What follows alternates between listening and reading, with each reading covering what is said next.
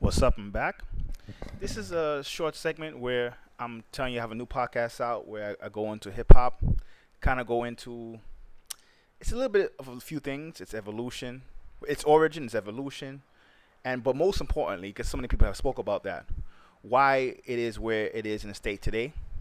I go into how you have four major powers that are pulling and tugging on the string of hip hop, and the fact that a lot of hip hop today has been kind of prepackaged, and even when people are going into its history, where you are regionally affects how you remember its history.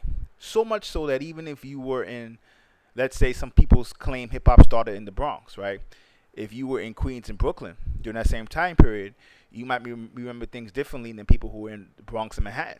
Just like if you were in California, you know what I mean? Like when people talk about West Coast hip hop, they focus a lot on L.A., but the Bay Area or Northern Cali, they actually hip hop actually started there, but first, like if you look at where it spread, hip hop actually spread to Northern California before it even spread to Southern California. But no one remembers that. Even sometimes people who are, I guess you could say, explaining West Coast hip hop history.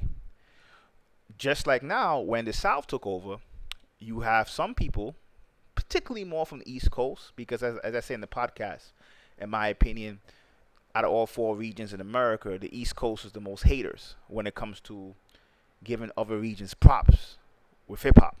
And I live in California, but I'm originally from the East Coast, so I mean, I definitely am saying it from experience. They're haters. So when you look at it from that point of view, the East Coast, when some people there would say, well, the South ruined hip hop.